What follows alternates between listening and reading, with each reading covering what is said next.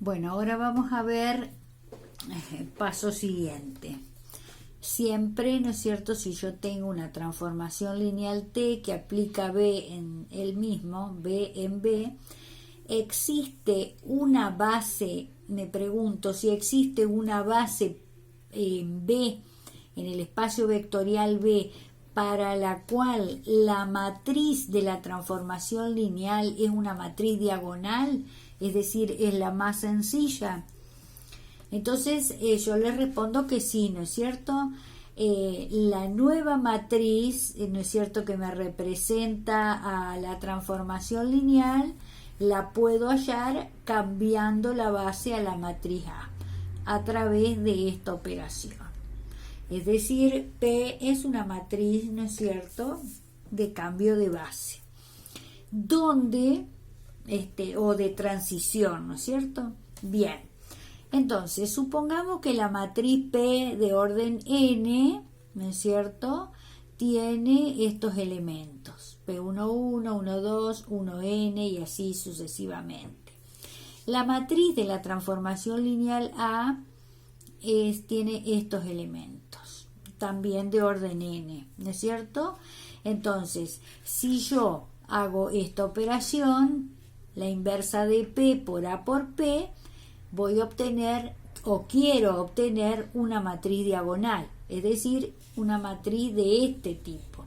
Es una matriz cuadrada donde sus elementos son todos cero excepto los de la diagonal principal. Bien, decíamos que teníamos que hacer esta operación. Ahora no sabemos cómo formar a la matriz P. Lo único que tenemos es la matriz A. Entonces, si yo paso la inversa de P, al otro lado pasa como P, ¿no es cierto? Entonces me queda en el primer miembro A por la matriz P es igual a P por D. Eso es igual, me quedaría, ¿no es cierto? Bueno, la matriz diagonal así. No, P por D sería así, ¿no? Bueno, paso siguiente. Yo digo que A por P, es decir, A por P es igual a P por la matriz diagonal que tendría esta forma. Entonces, A por P hago el producto de estas matrices. Entonces, el primer elemento es esta fila por esta columna y obtengo este elemento, ¿no? Entonces, después, el otro elemento sería esta fila por la misma columna y obtengo este. Hasta llegar al último de la fila 1, de la columna 1, y esto por esto, y me queda esto. Lo mismo sigo haciendo, ¿no es cierto?, hallando los elementos de las otras columnas. Pero si yo observo a esta columna, P11, 21, N1, está toda multiplicada por lambda 1. Entonces yo simbólicamente, es decir, matricialmente, llamo a esta columna que tiene estos elementos como el vector P, P1, por lambda 1, ¿no es cierto? Lo expreso así a la columna 1.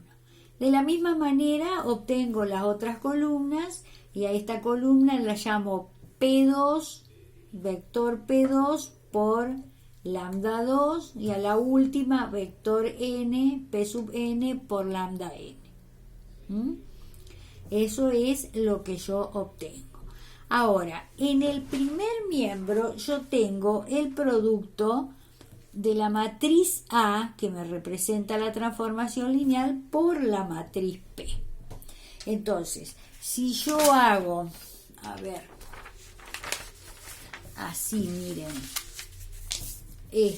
la matriz A por la matriz P, yo tengo, el primer elemento es esta fila por esta columna.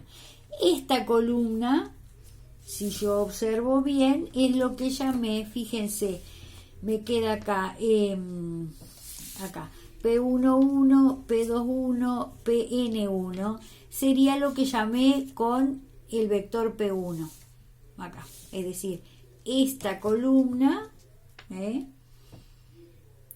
que es la misma que llamé con el nombre de vector P1.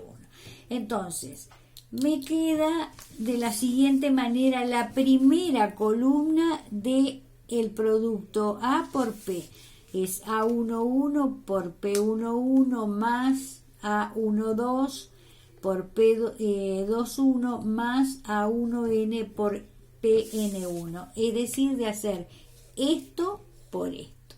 Sería este por este, más este por este, más este por este. Bien, eso sería la primer columna. Después las otras va a ser cada fila de esto por cada columna, ¿no es cierto? Bien, entonces vamos a analizar, como es muy largo, vamos a analizar solamente el producto de la primera columna, de lo que me queda como primera columna de la matriz producto A por P. Bien, fíjense, me queda esto en la primera columna. Sería, así lo puedo expresar, es decir, A11, A21, AN1 y así son los elementos de la matriz A. Estos, estos y estos. Entonces lo puedo decir, es igual a la matriz A, y fíjense, estos es el vector P1, es decir, la columna esta. Entonces, me queda que A por P, ¿no es cierto?, la puedo simbolizar por la matriz A por la columna 1 de la matriz P. Después, sería la segunda columna de A por P, es la matriz A por el vector P2, es decir, la segunda columna de la matriz P, y así sucesivamente hasta llegar a la última. Entonces, A por P es esta matriz. Es igual, y a lo que habíamos hallado antes, a lambda por P. Es decir, si me queda esta expresión. Entonces, esto sería A por P es igual a lambda por P. Ahora, ¿cuándo son iguales dos matrices? Esta es igual a esta. Cuando son iguales sus elementos correspondientes. En este caso, lo que yo comparo es la primera columna. Yo digo la matriz A por P1, es decir, si tengo que comparar esto, me queda A por el vector P1 es igual a lambda por el mismo vector P1. ¿Qué quiere decir? A por P1 es igual a lambda por P1. Quiere decir que las columnas de la matriz P son los vectores propios de la matriz. Está formada, es decir, este vector es un vector propio de la matriz A. Y así, ¿no es cierto? En las otras columnas me queda que A por P2 es igual a lambda por P2. Y que A por P sub n es igual a lambda por P sub n. Entonces quiere decir que los vectores P1, P2, es decir, las columnas de la matriz P, son los vectores propios de la matriz A, que es la matriz de la transformación lineal. Entonces, ¿de dónde saco esto y de afirmar esto? Porque el producto de la matriz de la transformación lineal por un vector es un múltiplo escalar del mismo. Entonces, P1 es un vector propio de A. Y lambda son los valores propios. Entonces, una matriz es diagonalizable, es decir, recordemos que A por P es igual a lambda por P, ¿no es cierto? A por P es igual a P por D, quiere decir. A por P es igual a P por D. Entonces, si yo a la matriz diagonal la obtengo haciendo esta operación, para hallar la matriz D, Es decir, yo para transformar la matriz A en una matriz D tengo que hacer esta operación, donde P es la matriz que tiene por columnas a los vectores propios de A. Y P, esta es la inversa de esta. Entonces, si hago esta operación, obtengo una matriz diagonal. ¿Qué significa? A y D son semejantes o similares, representan la misma transformación lineal respecto de distintas bases. Entonces, podemos afirmar que una matriz es diagonalizable cuando encuentro n, una matriz de orden n, ¿no es cierto? Es diagonalizable si encuentro n vectores propios para formar la matriz P. Entonces, si se repiten, vamos a decir, si yo, es decir, tengo asociado a cada vector propio, a cada valor propio, un autovector propio. En el caso de que se repitan los valores propios, como en el caso del ejemplo, ¿no es cierto? Tengo que verificar que es decir, el orden de multiplicidad de la raíz tiene que ser igual a la dimensión del espacio solución del sistema, que me permite hallar el vector propio. En ese caso, ¿no es cierto?, si se cumple eso, la matriz es diagonalizable, pero hay veces en que se repite una raíz una vez o dos veces, sí, es decir, dos raíces son iguales o las tres iguales, entonces la matriz a veces no siempre se puede diagonalizar, porque yo tengo que conseguir para P, ¿no es cierto?, para formar P, las n columnas, que son los vectores propios de la matriz A. En el caso, ¿no es cierto?, del ejemplo que vimos en el video anterior, a ver dónde lo tengo resuelto, yo digo, la matriz, a ver, segundito, ya lo habíamos visto, es decir, en este caso se repetía, ¿no es cierto?, la raíz 5.